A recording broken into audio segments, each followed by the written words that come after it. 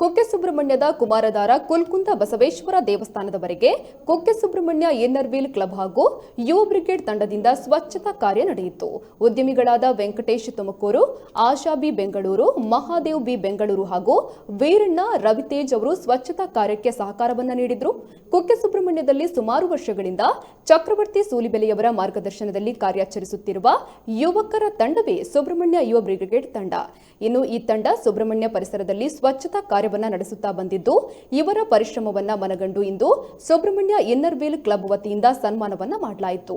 ಈ ಸಂದರ್ಭ ಕ್ಲಬ್ನ ಮುಖ್ಯಸ್ಥ ರಾಧಾ ಸವಿತಾ ಕೈಲಾಸ್, ಬಸವೇಶ್ವರ ದೇವಸ್ಥಾನದ ಅಧ್ಯಕ್ಷರಾದ ಗಿರಿಧರ ಸ್ಕಂದ ಹಾಗೂ ಯುವ ಬ್ರಿಗೇಡ್ನ ತಂಡದ ಸದಸ್ಯರು ಹಾಗೂ ಇನ್ನರ್ವೀಲ್ ಕ್ಲಬ್ ಸದಸ್ಯರು ಉಪಸ್ಥಿತರಿದ್ದರು.